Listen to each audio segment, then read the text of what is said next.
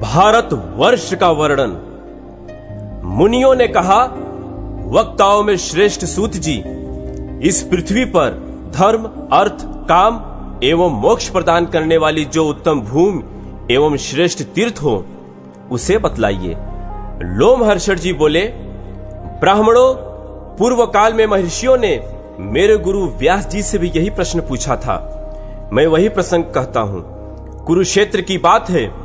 बुद्धिमानों में श्रेष्ठ व्यास जी, जो सब शास्त्रों के विद्वान, महाभारत के रचयिता, अध्यात्मनिष्ठ, सर्वज्ञ, सब भूतों के हित में संलग्न, पुराण और आगमों के वक्ता तथा वेद वेदांगों के पारंगत पंडित हैं, अपने परम पवित्र आश्रम में बैठे हुए थे। भांति भांति के पुष्प उस आश्रम की शोभा बढ़ा रहे थे। उसी समय उत्तम व्रत का पालन करने वाले अनेक महर्षि उनके दर्शन के लिए आए। कश्यप, जमदग्नि, भरद्वाज, गौतम, वशिष्ठ, जैमिनी, धौम्य, मार्कंडेय, वाल्मीकि, विश्वामित्र, शतानंद, वात्स्य, गार्ग, आसुर, सुमंत, भार्गव, कण्व, मेधातिथि, मांडव, च्यवन, धूम्र, असित, देवल, मौद्गल्य, तृणयज्ञ, पिप्लाद, अकृतवर्ण, संवर्त, कौशिक, रैभ्य, मैत्रेय, हरित, शांडिल्य, विभांड, दुर्वासा, लोमेश, नारद, पर्वत, वैशंपायन, गालव, भास्कर, पूरण, सूत, पुलत्स्य, कपिल, पुलह, देवस्थान, सन्नत कुमार, पैल, कृष्ण तथा कृष्णानुभौतिक, ये तथा और भी बहुत से मुनिवर सत्यवती नंदन व्यास को घेर कर बैठ गए। उनके बीच में व्यास जी नक्षत्रों से घिरे हुए चंद्रमा की भांति शोभा पाते थे। कुछ बातचीत के बाद उन्होंने व्यास जी से अपना संदेह इस प्रकार पूछा।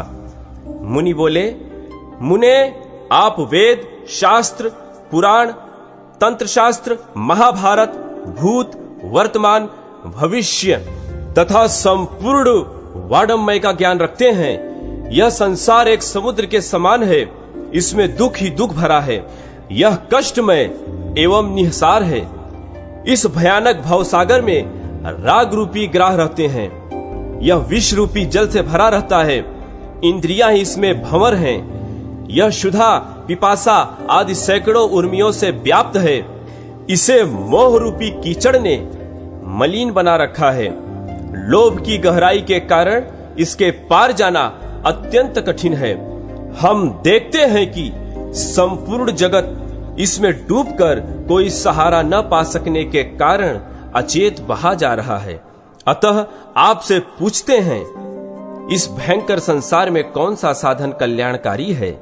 इस बात का उपदेश देकर आप संपूर्ण लोगों का उद्धार कीजिए। इस पृथ्वी पर जो परम दुर्लभ मोक्षदायक क्षेत्र एवं कर्म भूमि है उसे बतलाइए, हम उसका श्रवण करना चाहते हैं। व्यास जी ने कहा, पूर्व काल में महर्षियों का ब्रह्मा जी के साथ जो संवाद हुआ था उसे आप सब लोग सुने। नाना रत्नों से विभूषित मेरुगिरी के विशाल शिखर पर भगवान ब्रह्मा जी विराजमान थे। देवता, दानव, गंधर्व, यक्ष, विद्याधर, नाग, मुनि तथा सिद्ध उनकी सेवा में उपस्थित थे। उस समय भृगु आदि महर्षियों ने पितामह को प्रणाम करके इस प्रकार प्रश्न किया, भगवान, इस पृथ्वी पर कर्म भूमि कौन है तथा दुर्लभ मोक्ष क्षेत्र कौन है? यह बताने की कृपा करें। ब्रह्मा जी बोले, मुनिवरों, सुनो, इस पृथ्वी पर भारतवर्ष को कर्म भूमि बतलाया गया है। वह परम प्राचीन, वेदों से संबंध रखने वाला तथा भोग और मोक्ष प्रदान करने वाला उत्तम क्षेत्र है। वहीं किए हुए कर्मों के फलस्वरूप स्वर्ग और नरक प्राप्त होते हैं। भारतवर्ष में पाप या पुण्य करके मनुष्य निश्चय ही उसके अशुभ अथवा शुभ फल का भागी होता है। वहां ब्राह्मण आदि वर्ण भली भांति संयम पूर्वक रहते हुए अपने कर्मों का अनुष्ठान करके उत्तम सिद्धि को प्राप्त होते हैं। भारतवर्ष में संयमशील पुरुष धर्म, अर्थ, काम और मोक्ष सब कुछ प्राप्त करता है। इंद्र आदि देवताओं ने भारतवर्ष में शुभ कर्मों का अनुष्ठान करके देवत्व प्राप्त किया है। इनके सिवा अन्य जितेंद्रिय पुरुषों ने भी भारतवर्ष में शांत, वीतराग एवं मार्ग से रहित जीवन बिताते हुए मोक्ष प्राप्त किया है। देवता सदा इस बात की अभिलाषा करते हैं, हम लोग कब स्वर्ग एवं मोक्ष प्रदान करने वाले भारतवर्ष में जन्म लेकर निरंतर उसका दर्शन करेंगे। इसके पूर्व में किरात और पश्चिम में यवन रहते हैं। मध्य भाग में ब्राह्मण, क्षत्रिय, वैश्य तथा शूद्रों का निवास है। वे क्रमशः यज्ञ, युद्ध और व्यापार आदि विशुद्ध कर्मों के द्वारा अपने को पवित्र करते हैं। उनका जीवन निर्वाह भी इन्हीं कर्मों से होता है। यहाँ किया हुआ पुण्य सकाम होने पर स्वर्ग आदि का तथा निष्काम होने पर मोक्ष का साधक होता है। इसी प्रकार पाप भी अपना फल प्रदान करता है। महेंद्र, मलय, शुक्तिमान, ऋक्ष पर्वत, विंध्य और पारयात्र ये ही 7 यहाँ कुल पर्वत हैं। उनके आसपास और भी हजारों पर्वत हैं। वे सभी विस्तृत, ऊंचे और रमणीय हैं। उनके शिखर भांति भांति और सुंदर हैं।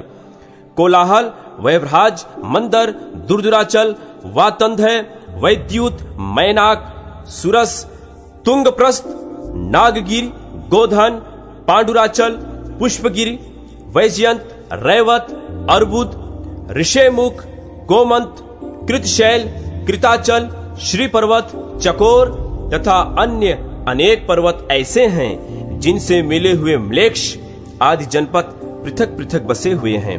वहां के लोग जिन श्रेष्ठ नदियों का जल पीते हैं उनके नाम इस प्रकार हैं, जानो।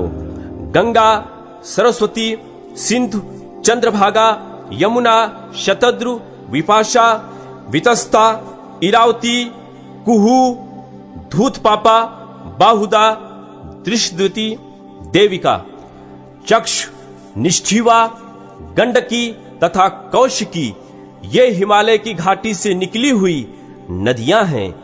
देवस्मृत, देववती, वातग्नि, सिंधु, वेण्या, चंदना, सदानीरा, मही, चर्मण्यवती, वृषि, विदिशा, वेदवती, शिप्रा तथा अवंती ये पारयात्र पर्वत का अनुसरण करने वाली नदियां हैं। शोड़ा, महानदी, नर्मदा, सुरथा, क्रिया, मंदाकिनी, दर्शाना, चित्रकूटा, चित्रोत्पला, वेत्रवती, कर्मोदा, पिशाचिका, अधिलघश्रोणी, विपापमा, शैवला, सधेरुजा, शक्तिमती, शकुनी, त्रिदिवा, क्रम तथा वेगवाहिनी ये नदियां ऋक्ष पर्वत की ही संतानें हैं। चित्रा, पयोषणी, निर्विंध्या, तापी, वेड़ा, वैतरणी, सिनीवाली, कुमुदवती, तोया, महागौरी, दुर्गा तथा अंतशिशला ये पुण्य सलिला सरिताएं विंध्याचल घाटियों से निकली हैं। गोदावरी, भीमरथी, कृष्णवेड़ा, तुंगभद्रा, सुप्रयोगा तथा पाप नाशिनी ये श्रेष्ठ नदियां सहगिरी की शाखा से प्रकट हुई हैं। कृतमाला, ताम्रपर्णी, पुष्पवती, उत्पलावती ये शीतल जल वाली पवित्र नदियां मलयाचल से निकली हैं। पितृकुल्या, सोमकुल्या, ऋषकुल्या, वंजुला, त्रिदिवा, लांगलिनी तथा वंशकरा इनका प्राकट्य महेंद्र पर्वत से हुआ है।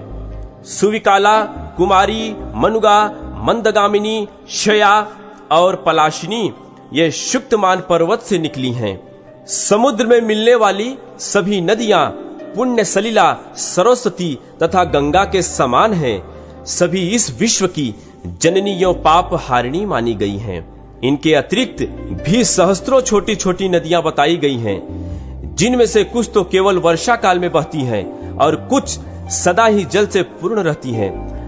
मत्स्य, मुकुटकुल्य, कुंतल, काशी, कोसल, अंध्रक, कलिंग, शमक तथा वृक ये प्रायः मध्य प्रदेश के जनपद बताए गए हैं। सह पर्वत के उत्तर का प्रदेश जहां गोदावरी नदी बहती है संपूर्ण भूमंडल में सर्वाधिक मनोरम है। वानप्रस्थ और संन्यास आश्रम के धर्मों का पालन करने से जो फल होता है, कुआं, बावली आदि खुदवाने, बगीचे लगाने, यज्ञ करने तथा अन्य शुभ कर्मों के अनुष्ठान से जो फल मिलता है वह सब केवल भारतवर्ष में ही सुलभ है। ब्राह्मणों, भारतवर्ष के समस्त गुणों का वर्णन करने में कौन समर्थ हो सकता है? इस प्रकार मैंने भारतवर्ष का वर्णन किया। यह सबसे उत्तम, सब पापों का नाश करने वाला, पवित्र, धन्य तथा बुद्धि को बढ़ाने वाला है।